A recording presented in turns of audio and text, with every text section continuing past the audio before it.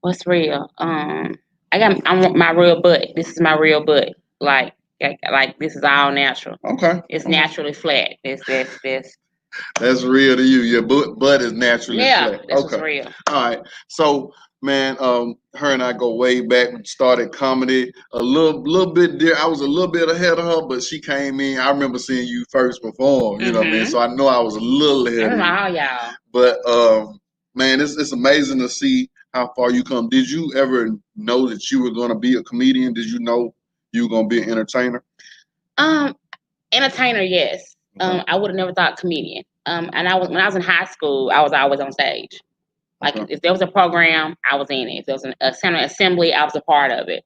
Naturally, I would have assumed singer or actress. Believe it or not, singer or actress. Those are the two that kind of because we don't see as a child, or you don't really see, you see comics as somebody that entertain you.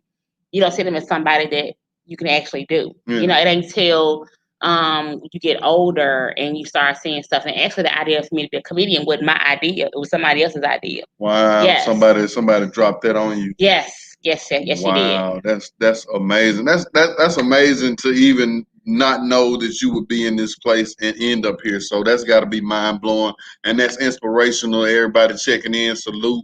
You know what I'm saying? But just definitely let somebody know what path did you see for yourself? Like you said, you saw maybe possibly singing. Did you think you were gonna have a normal career, a normal life? Or? Honestly, and it's because crazy is when I started doing comedy, I was going to school to be a history teacher. Wow. Okay. I was in school to be a history teacher. I love teaching. I love the whole thing with kids. Okay. I like the idea. So I was going to school to be a history teacher. I was studying.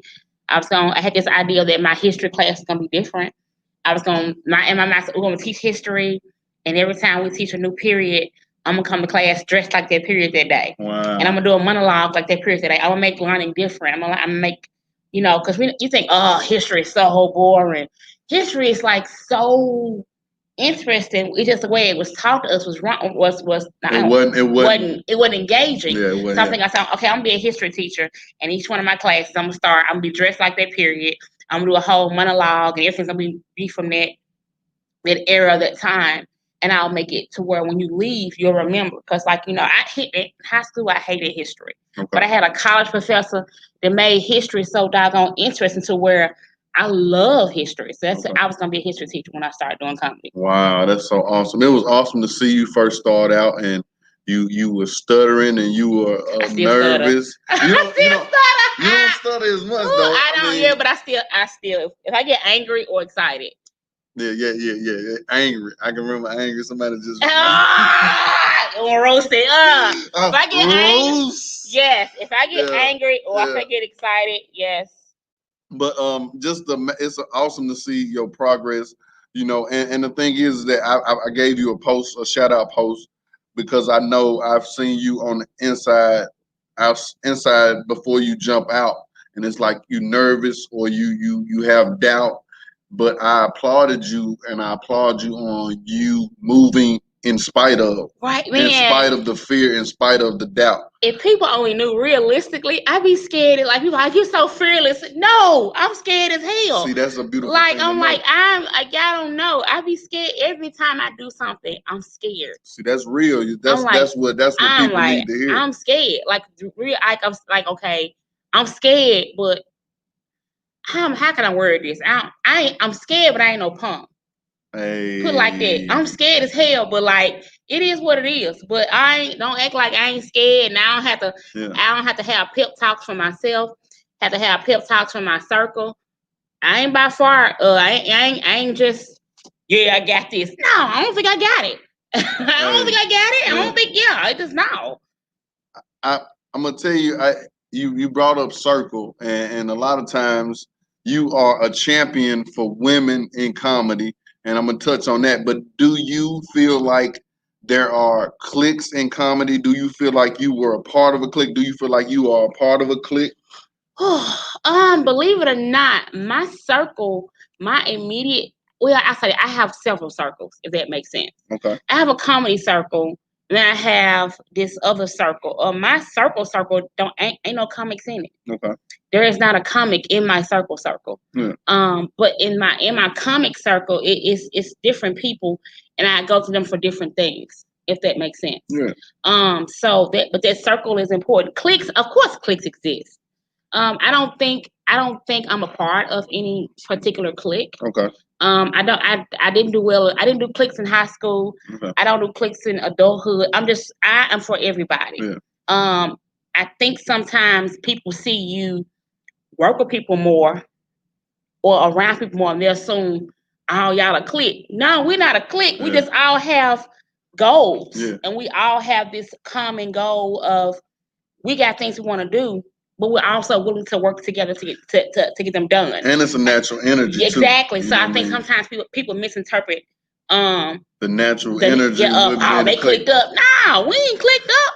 We just we were considered a clique one time. Myself, you, and Timbo, and then myself, Mason, and Reggie. Yeah. Like we are very sincere individuals. We carry ourselves differently, and we do our business differently. Timbo went on to have a family, a trucking business, watermelon. Shout out to Timbo.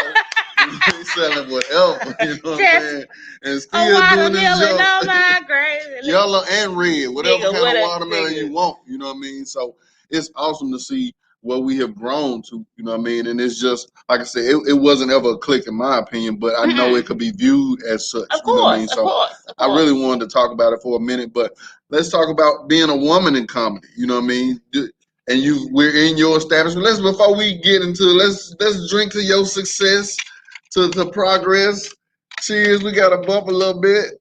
We're gonna answer questions and everything a little bit at the end of the thing. You heard Tony say he performed the cliques.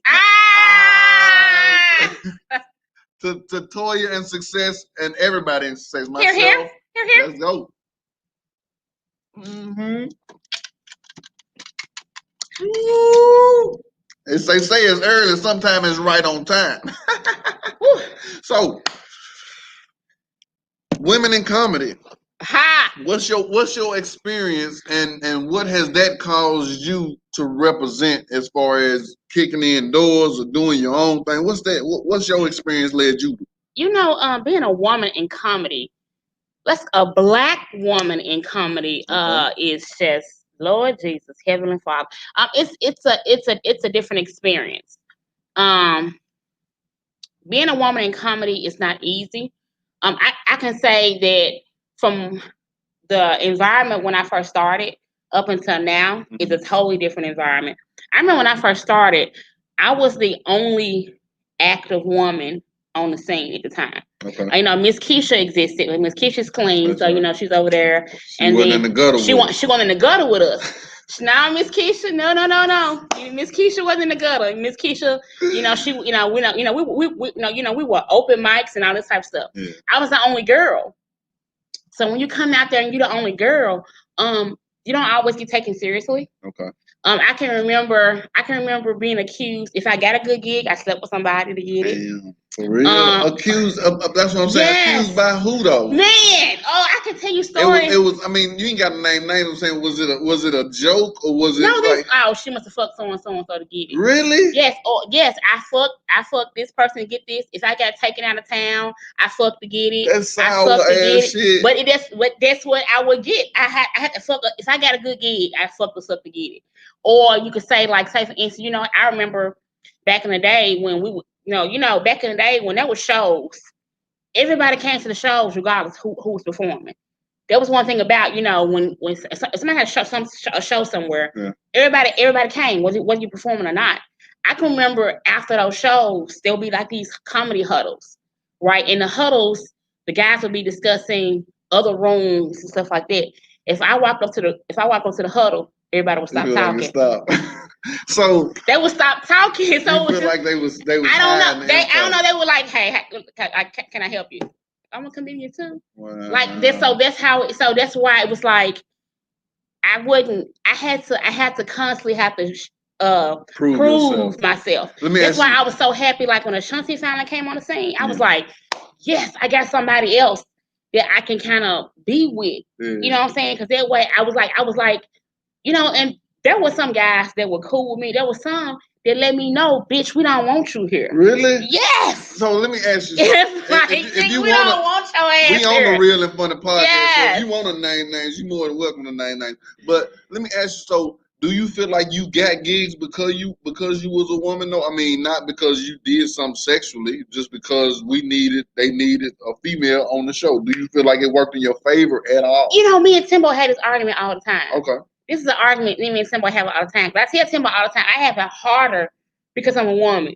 Timbo says I have it easier because when people need a woman, they're gonna automatically call me. I'm like, no, I know y'all don't. It's like even like now when you see flyers and stuff, you're gonna see one female or no female. You are the only comic that I can ever recall that had a show and had more than one female comic on there. Remember when you did your taping and it was the flyer with all y'all around? Yeah. I think it was a question mark or whatever. Yeah. You were the only comic that had two. You had Ashanti and you had Tootie. Other comics won't do that. Either it's one comic or none. Okay. The only way you're gonna see it be more than one female if it's an all female lineup. Yeah. So that experience has caused you to come when you came with your spot. You like the first month. All female headliners. It's crazy. You're doing a great job of pushing new female headliners. So it's just like women, we don't. You even got little girl waitresses. She got little girl waitresses.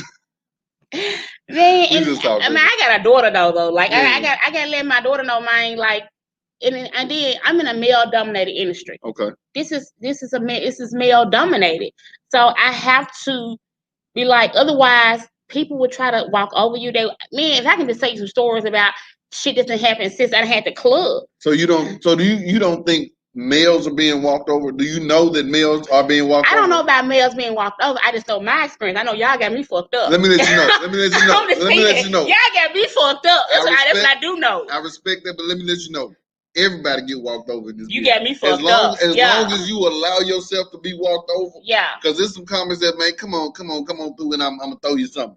Like, as long as you accept that, that's that type of walkover shit. Even when you get to a point where you like, man, I'm too good for this shit. Then you have to start speaking up for yourself. But I think genuinely, I got the gigs. I'm a good comic. Yeah. I'm a good comic. I'm funny. I'm relatable. I can change myself to any situation, any scenario. I earn this shit. Yeah. I mean, I didn't get this shit just because I'm cute. Definitely not saying that, but definitely not saying that you got them all. But I wanted to see if it was a balance where it was tough and it also worked to your benefit. I think the only time it worked in my benefit was, say, for instance, I'll say this. When big names come to town and they want a female comic, because bigger names, they don't always bring people with them.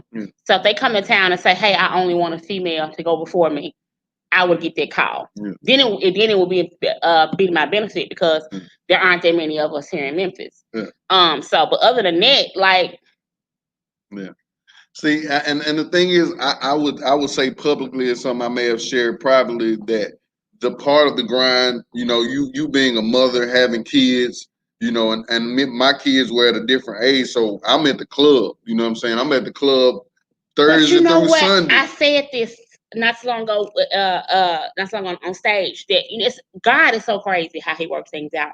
Because again, your kids were at a different age. When I started, my kids were still preschool. I still remember them folks. That's so amazing because you was going hard with a comedy troupe with them folks over there. Like, you know what I'm saying? I'm like, and then to see them now when you going live with them, I really be blown away. Yeah, so it's like but there would be times I would be frustrated because I couldn't find. I gotta quit. Ain't nobody watching my kids. I want to do all these things, but like now they're older. I'm able to do all this stuff. Yeah. So it's like I couldn't do those things back then because my kids weren't old enough for me to do that. Now it's nothing for me to be like, okay, I'm gonna hit the road and they come with me, or somebody watch them. It's they're more reliant. Timing works things out when you don't even realize it is. So in the beginning, where I was frustrated for being a mama with a 2-year-old and a 4-year-old and a 3-year-old and a 5-year-old and trying to go to open mics and I felt like I was at a disservice where y'all was in the disadvantage. Because like y'all could be at the open mics weekly. I couldn't. Or there are times I miss gigs. because I couldn't because I didn't have a sitter. Yeah. Or like, you know, when I would want to perform, you know, at the comedy club, it's like, y'all can hang out. I can't. And the thing is, that's the funny thing about comedy, that's how you get gigs. Yeah, sometimes. Like you can just hang out. I learned that you could be at the right spot. Like, I can't hang. Can y'all just tell me what day and time to be here? Like I can't. I was like, I would be so. I quit so many times. I was like, my baby dad ain't shit. Ain't nobody watch my kids. Just tell me what day is. I can't be up here all day. And then the days I would stay all day, it was like, I can't come back tomorrow. And don't shit pop off. Yes. Like the thing is, like sometimes you at a comedy spot and then you hear a guy come through and be like, man, I got a show next week on. Shoot me your info. Yeah. It happens so much through networking and just being on the spot. And that's a funny thing to hear because you be like, man, I got to be here all the time. And then when I show up, ain't shit happening. And I don't get on stage. And it's so much, you know what I mean? But I just salute, you know what I mean, your dedication and your wherewithal to grind in spite of feeling like you held back, feeling like you know what I'm saying, you at a disadvantage, you know what I mean? So I definitely salute that. So shout out to your kids. I guess we'll get into a little bit of how they doing. Are you gearing them for a public life or a social media influencer it's type crazy life? Because my daughter is not a people person. Okay. Imani don't like people. Yeah. She don't like people. Caleb loves people, but in doses. Okay. If that makes sense. Yeah. Yeah. Imani don't like people at all. She don't really care for the attention. Caleb likes the attention, but in doses. Yeah. And so, of course, being my kids come with the attention, and it's something they've kind of adjusted to. Yeah. You know, kind of like, okay, this is, of course, people know, oh, this Toya's son or this Toya's daughter.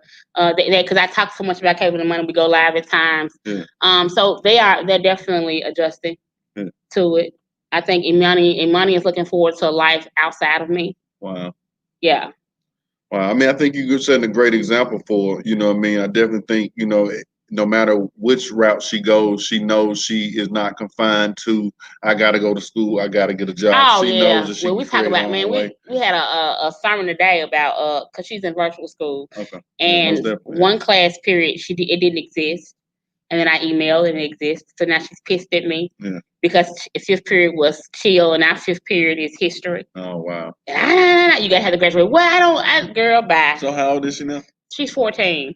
Yeah, see, 14. Yes. Yeah.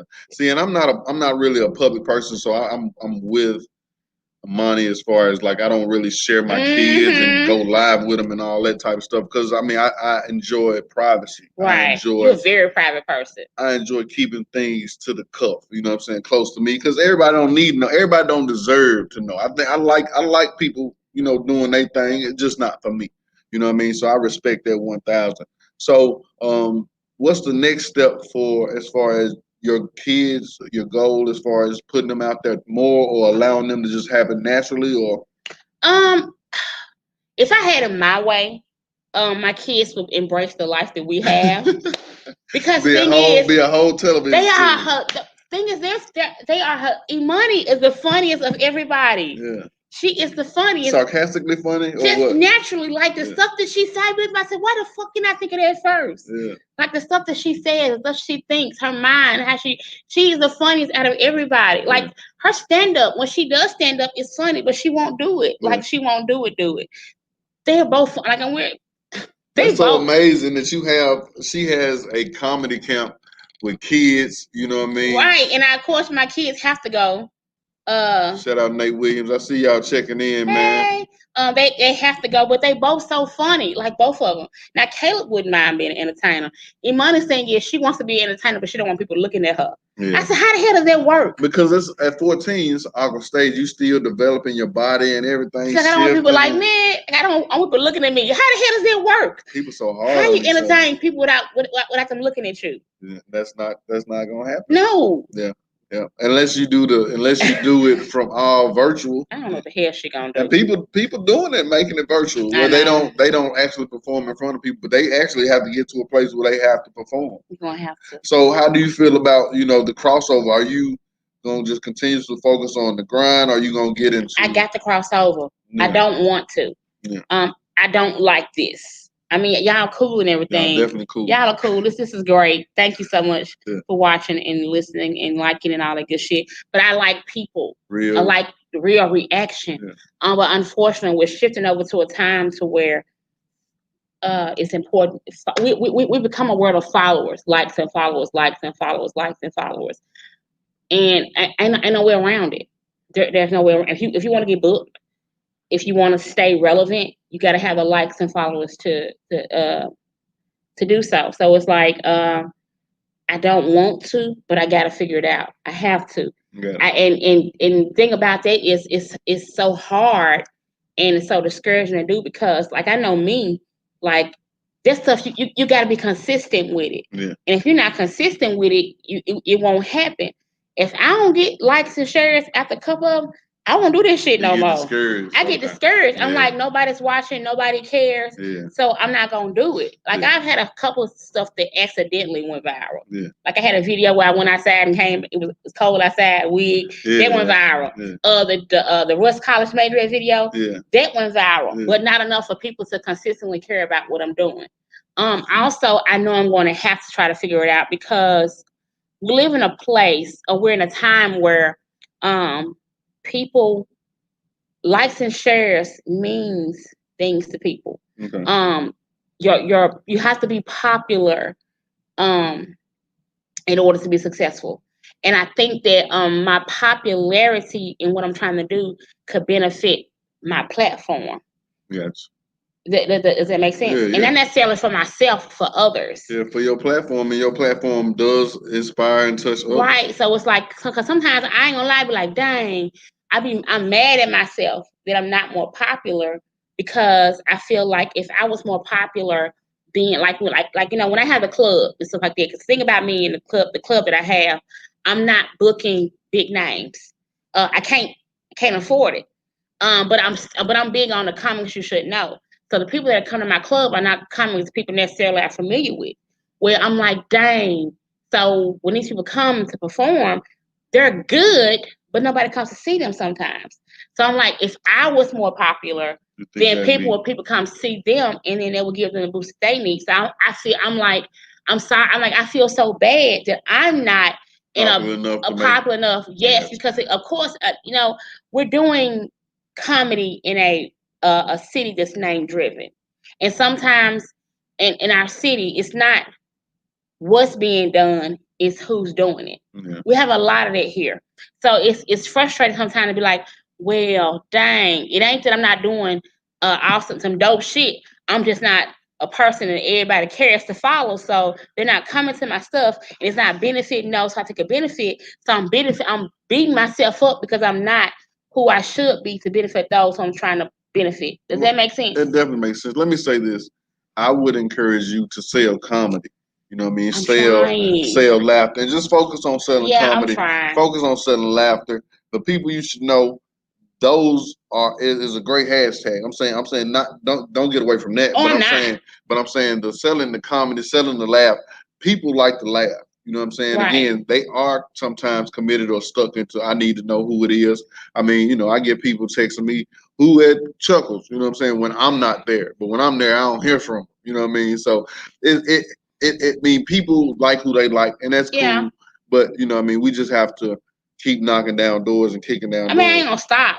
I just cry in my bed in silence and get up the next morning and do the shit all over again. Yeah. So everybody, that's why I'm happy to have you the kick in the season 2. Man, she cries, she be scared, and she still keep going. Yeah. You know what I'm saying? So make sure you show this to somebody you want to be inspired. You know what I mean? Like, I'm gonna tell you this, like, just keep churning away. Because like who's supposed to see you will see you. I'm almost with that likes and follows and stuff, but at the same time, I know I'm known. You know what I'm saying? The thing is like I'm known and people know me. Like I'm known from LA to New York. You know what I mean? So I do need more followers. I know people who, you know what I'm saying, I'm interacting with them and I'm like, well, yeah, okay, then I follow. I'm like, dang, you got this many followers? Like, what you been doing? But it's really about being consistently in their face. But it's like, I don't know, like it's like the Good Morning be awesome on purpose. I say that every morning. Every morning. Good morning. But that's a post. That's I'm going somewhere with this. Okay. I say it every morning. Yeah. Good morning. Be awesome on purpose. I say it every morning. And I say maybe 8 or 9, 10 people are like it or do it. Do you know when I don't post that, I have like 10 or 15 messages about. That's crazy. Like, why? Wait, well, you ain't said this morning. Wait, you be like they see. I'm like, why? People who not even liking it. I'm like, why the fuck don't you like it then? Oh, I just, what fuck? Like, don't you understand? Look, bruh, can you please like it? And I need you to like and share this. It's important to my livelihood. So it's like they see. I get that all the time. When I get put like, man, I saw the You did? Yeah, I ain't know you even on Facebook. Wait, yeah. But you like y'all see it. There's so many ghosts. What they call them people? They what they call it? That's when they creeping. I don't know, but I'm like, your eyes and our reactions not helping me, bro. Yeah, but we appreciate those who do like and share and comment. You know what I mean? It's an awesome opportunity to see how far we came. I know 10 years in the game. I give myself 10. I started a little bit before, but 2010, I was like, I'm all in. This all I'm gonna do. You know what I'm saying? Can you 10 years? Can you think about it, like 10 years? Like that's 10. This is my 10th year. Yeah. 10. Yeah. Damn, man. I've been in this shit 10 years. Yeah. And it ain't nothing you can think. Like, it's some people that blow in those But you know what? And I have to remind myself, because you think about people like, I got my Tiffany Haddish. She been doing it 17 years. Yeah. They be doing it. Like, I'm thinking, damn, I gotta do this shit 7, 8 more years before I matter. Like, damn, I'm gonna be 50 years old. Well, she was on Comedy Central. Okay, did you feel like Comedy Central? Like, did you feel like you was gonna take off after that? Did you feel like it was going? I did. Did you? Okay. I thought that after being on Comedy Central, like, I just knew that the phone was gonna start ringing and I could quit my job. And you thought that was just that? I thought that was it. And the Monday morning, I went back to work. And it just keeps happening. It's so many realizations. But to what's dream. crazy is that people think once they see you in that thing, they think, oh, you're gonna be famous tomorrow. Yeah. No, I'm not gonna be famous tomorrow. It ain't even coming out tomorrow. It ain't. No. I gotta keep it close to the chest. I didn't get paid. Like, I bought a new bra because I thought I'm gonna get paid that weekend. Yeah. So I'm like, I wanted my titties to sit up right. And we come find out, like, I want 6 to 8 weeks. Wait. Wow. 6 to, like, the check ain't coming for 6 to. Yeah. Oh shit! What am I gonna do? I did some shit and my check still ain't made it. Like, but people still saying, "What's up? I seen you on." I'm like, I appreciate the exposure, but that little check didn't come. Yeah, I mean, and I'm grateful for Comedy Central. It's an awesome fucking credit to have. Most definitely. But I just want people to realize that they have more power than they think they do. Y'all make you the audience, the y'all are who makes who. Like, people complain about the Kardashians. Who the fuck y'all think make them popular? Y'all do. Like, they didn't just walk out one day and say. But again, that's the morality of you, myself. Yeah. Some of us have morals. Like, with me, some things, and then especially with what's been going on, I haven't been able to find the funny in every little bit of thing. So, you know what I mean? Some people are going in regardless. Yeah. And those people, if you gonna show your ass, Kardashian basically, then you will get more time. I don't have any ass to show. I should have said titties. I should have said titties. I'll make it clap. Hey, that is one. Hey, that makes my day. That touches my spirit. When she does the clap. I accidentally discovered I could do that. Man, when I tell you, when she do it, and it's so inspiring to look asses everywhere because it's an inspiration when you see an ass that really ain't an ass like that, shaking it like it's an ass like that. You be like, damn, that got ass like that confidence. It's like an elongated back. You got ass like that confidence though. Back with a crack. Man, when she do the hey, look. It's like a back with a crack. And it will keep touch on your going. spirit. Like, I feel healing. I feel healing when she twerks, because I'm telling you, I laugh from my gut. Oh my God. Anyway, we 30 minutes in, man. I will shout out to Cletus, everybody that checked in. We're gonna be taking some questions while we doing this live podcast. I just want to make sure y'all follow this young lady, Latoya Tennille, on Instagram. Follow the Comedy Junt. Okay, I can answer the question. We got some questions. Okay. I know Tony dropped one. Tony said, "Have I ever performed at Clicks?" Yes, I performed at the pool hall before. The pool hall, the pool room. Let's see. You headline. That's where you headline at often, don't it, Tony? That's your headline spot, Tony. Let me see. Richard Jones said, "You are doing some astounding things. You've been very encouraging for me." Richard, thank you so much. I'm glad I can be of encouragement. Continue to pray for me. Yeah, continue to pray. Especially if you got those good prayers, if you got connections. Derek Lane said the first 48 junk y'all did with Timbo was lit. Believe it or not, I hate that fucking video. That was hilarious. Yeah, it was a good video, but I don't like it. I didn't care for it either, though. Timbo thinks it's the greatest thing since Popeye's chicken. I don't know why. I didn't care for the fucking video. And to me, that's why we didn't go viral, because we didn't continue to do that. Yeah. If we would have continued, we had real lives. We real life human beings. She got me and Timbo. We get together. We could barely get together in the same. Nigga, it's so hard. And Timbo a real deal, like Family Man now, like real deal. So if you can catch him and get him. Like, Timbo came to open mic one day. And did he make it? I left. But he was the last person to hit the stage. Yeah. So, his 5 minutes turned to like 28, 30 minutes. But he was fucking hilarious. That's dope. We don't get to see Timbo that often, but when we do, it's like. Timbo is an idea machine too. Man. Like if you gotta have your idea with Timbo already planned out. If this is exactly what we doing. If we talking about we finna improv, Timbo gonna make an idea. And then okay. And that jump 5. We're gonna do this. We're gonna go that way. You gonna do this, Rob? Yeah. You gonna say this? Yeah. All right, okay, big. All right, come on. All right, let's do it. Run it. Hold on. How about we do this? We like, nah, the first that other one straight. Run it. Run it. He gonna keep building on the idea. We'll be there at dog. And I ain't shot shit. Timbo idea having ass.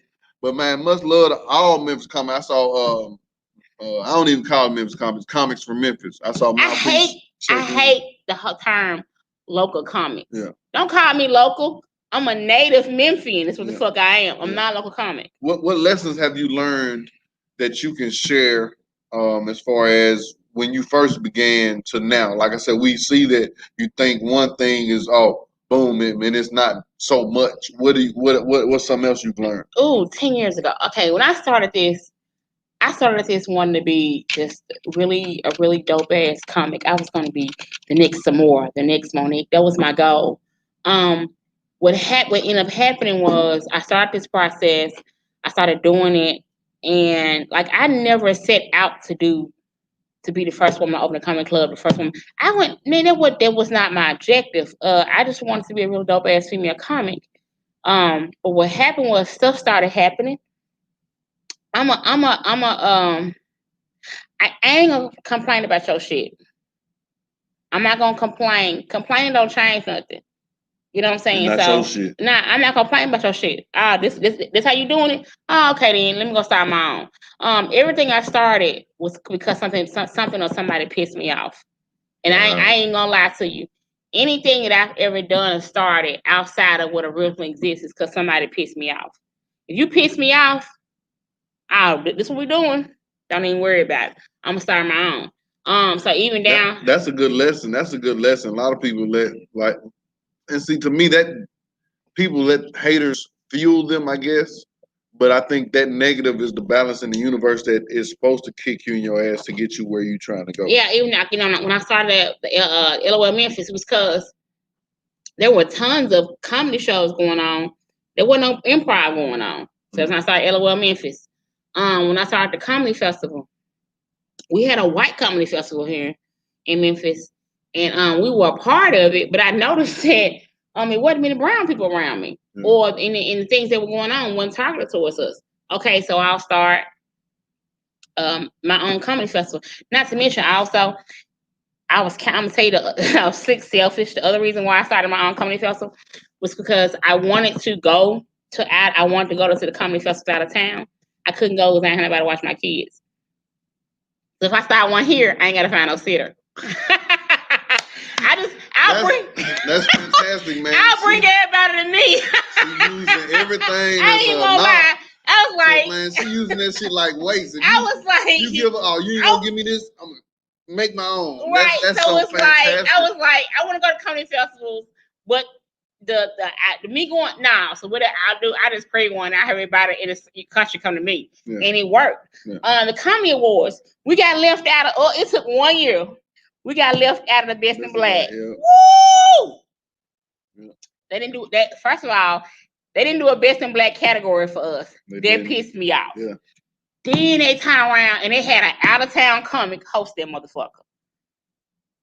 This what we doing? Wait a minute. How are we gonna have a local award show that's about Black excellence in our city in another month? All these motherfuckers comics, fuck that. That's how we're doing it. Don't even worry about it. I'm gonna start my own awards. It's gonna be more than one category, and we ain't gotta worry about that shit no more. Yeah. So that's how that came about. That's awesome. Comedy club. I don't like someone else controlling how often I can hit the stage. I don't like being controlled. I don't like having to wait around his stage. I don't like constantly asking you, can I get stage time? Can I get stage time? Can I get stage time? Could I have stage time? Can I go up? Can I go up? Can I please go up? Fuck that. I'm not gonna keep asking, can I go up? That's all right. I'm gonna get my own bid. I'm going when I want to go up. Nice. So I hope this podcast is definitely inspirational to you. No matter what field you in, it don't have to be entertainment. Just know that if you want to start something or do something different, what's up, May? Much love to you. Happy belated birthday. Whatever you want to do, just know you might have some fear in it. You might have some negatives, some dates, some doubters. Man, let that fuel you. It serve a purpose. You know what I'm saying? My sister used to punk me when I was little. It just made me a little tougher. You know what I'm saying? Yeah. She wasn't, you know what I'm saying? Because she wanted me to be tougher. You know what I mean? You get the boy, baby, he can be babied a little bit. So my sister, you know what I'm saying? Like I said, the tough people in your life, you might look down on them, but they serve a purpose in your life. So just imagine where you would be if those people had said, Toy, you look like you mad. Let's do something to make you happy. And then now you at they festival shit, you in they club still getting as much stage time, but you ain't here. You know what I'm saying? So I just want to say, like dead ass, like anything that you want to do it. Like that. Like if it's anything that you want to do, anything you want to be a part of, anything you want to do that shit. Do it.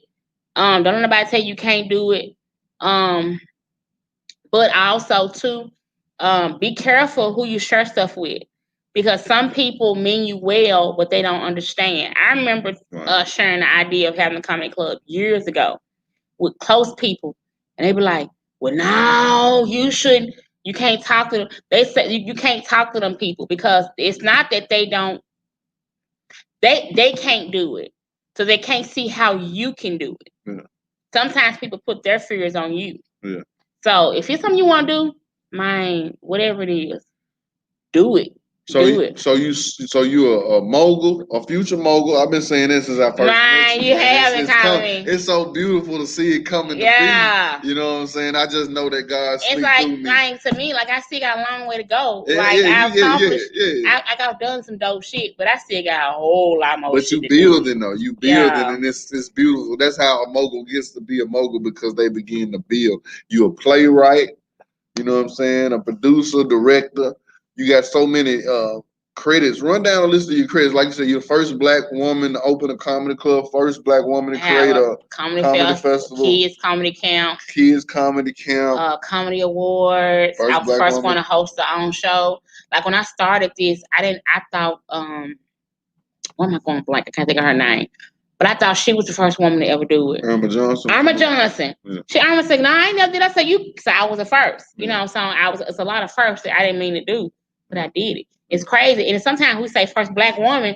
Like, now, nigga, I'm the first woman, period, any color. Nice. That's fantastic. So I'm sitting with a real legend right now. Y'all seeing some real legends and look back on this and be like, man, you know what I'm saying? So y'all see where she at and know where she came from.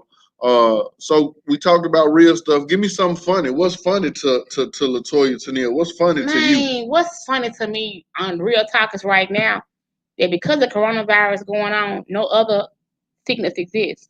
Damn, that's real. Like you can't. There's no. Remember, you could call in and say I got the flu, or I feel like I ain't trying to hear that shit. Everything is a fucking virus. I don't care your pinky toe fall off. This was you can't. What happens to the other like really other like sicknesses? Cold, allergies. None of that shit. Everything is a fucking virus. I heard Eddie Griffin say something like they getting that money for that virus. I hate I missed him when he was here. Yeah, that's I caught a piece of him. You know what I'm saying? But he's a legend. I had to make my way to see a piece of him.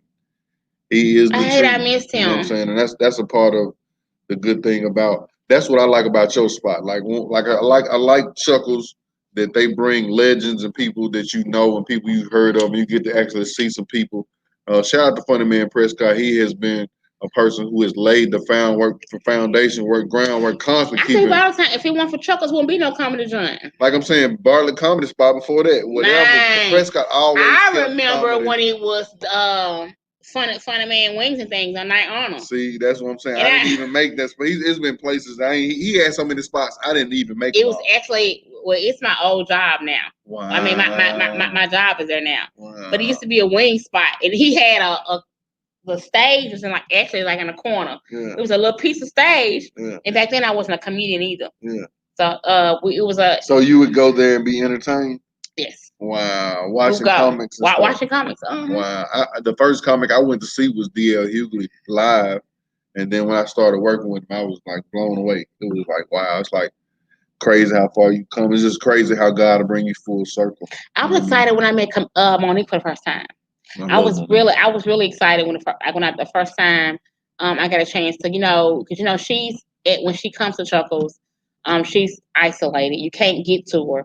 You have to know somebody to know somebody. So I knew somebody that knew somebody. But when if you can get that close, you got a chance to talk to her. Yes. So she gave you some vibes. It's just like, man, y'all say the fuck y'all want to say about Monique. I don't give a fuck. They got the game twisted. But her energy when she hugs you and she embraces you, and which the first thing she does is she speaks life to you. Yeah. She whispers, hey, look, sister, you got this. Sister, you got this coming out. And it's crazy how invite. Because I've met some assholes. Where I was like, I get to meet, and you get there like, damn. This is how you is, and like this is how you are. This is it. Yeah. I was Tiffany Haddish was really cool. Yeah.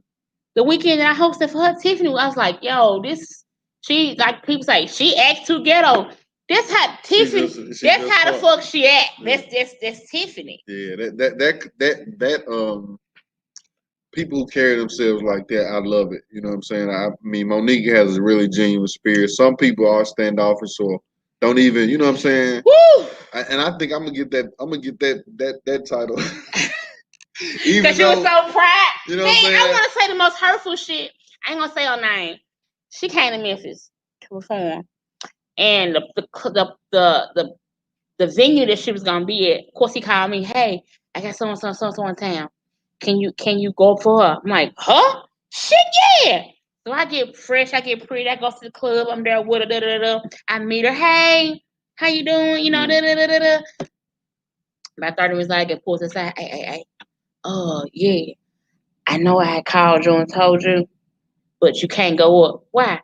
Because she don't like women to go before her. Wow. And I was like, are you fucking kidding me? Like, yeah, you can't go up now. And I was like, perfect. I was like crushed. Because it was this is a woman that I really looked up to. Yeah. And like, I can't even go before her because she don't like women to go before her. But of course, I went to LA and I learned that they scared you're gonna talk about some shit. Touch topics of where you're. Yeah. But man, I was really, I was like, this is fucked up. Yeah. Well, man, it's been fantastic riding with y'all. Energy, we were so here. Like, look at them now. This is motherfucking. I know you done had too much. I know you only supposed to do a shot. No, I had the shot, right? And then this is the comedy jump punch. And it kept taking you down. We have our own punch here at the comedy jump. I have the comedy jump punch. And I think I added a little bit too because it's kind of sweet. Yeah. I'm still up there.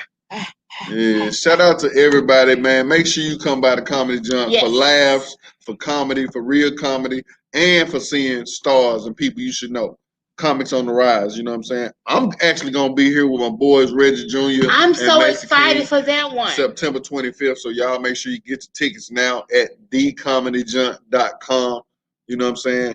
Much love to the cooks and the chef and the bartender, the waitress, everybody at the Comedy Junk, the Neekins, man. Nickens Kitchen. Man, Nickens Kitchen, them They can folks cook doing that, it big. man. I'm going everywhere over every comedy spot in the city got some of their cakes and stuff, you know what I mean? So, you know, like this is one of them times where you seeing something before you really know what you seeing. This is that. You know what I mean? She is that Latoya Tennille, future mogul. You know what I'm saying? Y'all seeing her on magazines and all that there. And then you be like, damn, Rob Love, I remember he did the Real and Funny podcast and she was on that junk. You know what I'm saying? So just know, follow your dreams, follow whatever you feel pushed to do. You got any more things you want to share with them before we get out of here? Nothing, just support the Comedy Junk, like the page. Support Latoya Tennille, support Latoya Tennille Productions. This is just the beginning. The club is just a foot in the door to so many more exciting things that I have coming up. So I appreciate your support, and your love and your prayers, and even your hate. Hey, she fueled by that. You know what I'm saying? I don't even be paying attention to it, but maybe I need to start looking at them folks hating on me and just get mad. You know what? I don't think I have haters though. It ain't really hate, but I'm saying whatever they smack you take that little smack and be like, no, you ain't gonna smack me. I'm, you know. Right. So, do you got something coming up you want to share? I know the Comedy Junk, they can find you here, but I know you got something popping. Every weekend, like this weekend, I have Playa Moose in Little Rock, Arkansas. She is fucking hilarious. I love Eddie Ray's going to be hosting that weekend. The weekend after that, I have myself. I'll be hosting, and Mouthpiece is coming back that weekend. Hey. After that, you got the Camigos that Friday. Right, Saturday, Rainbows and Punchlines. We got some special stuff for you. I thought you had a show that you was doing. You can't keep that. You can't say that out loud. Reality show. Oh yeah. Okay. Yeah. I keep. Okay. Oh, you can't say it now. I can. She got TV stuff. I have a reality show coming up called Behind the Mic. Hey. I have to get my shooting schedule and stuff together. That's what they're trying to figure out my shooting schedule. Yeah. With them coming to Memphis to shoot me. So yeah, that's more my kids and having to adjust to being followed around the shit. Oh wow. Well, they ain't got nowhere to go now. They gonna be at the house.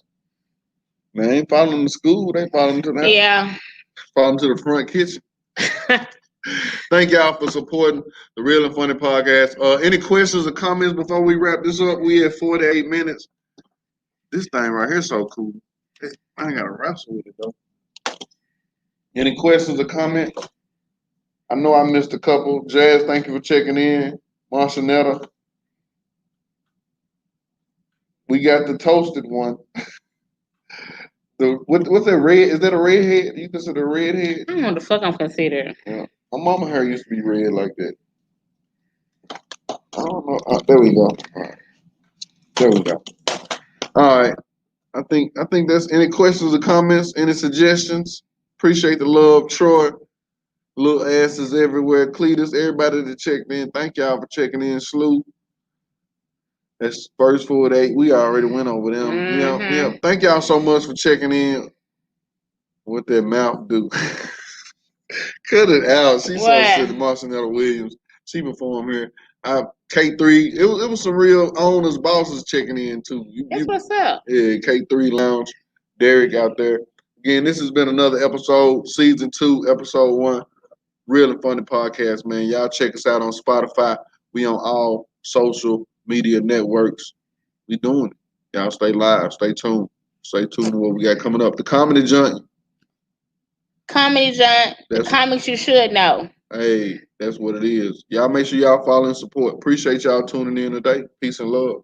Real and funny. That's life.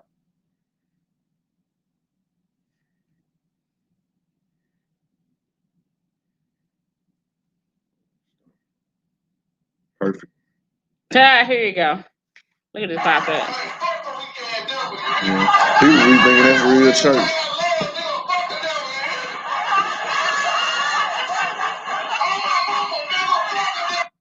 People really feel like this something like this. Real and Funny podcast. Got a special guest in the building, man. Let me make sure I get this camera. Thank you so much. Man, thank you. That was fun. Yeah.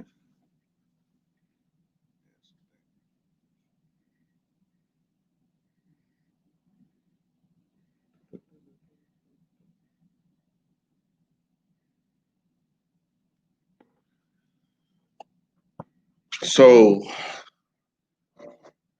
I'm definitely want to do a night here. Okay. I'm not sure. I want to say what was it in September? That's the goal. I want everybody at some point to do a to have something here. Yeah, we shouldn't. I don't think we should have to go to bars and lounges and pizza places and. Yeah. So how are you doing? How are you? Do you have to figure out how you're doing it? Is a full wall like I pay you for the club? Or, I just pretty much been working it out as I go. okay. You know. I should be doing this. Okay. Thank y'all for tuning in. Y'all got a little behind the scenes too.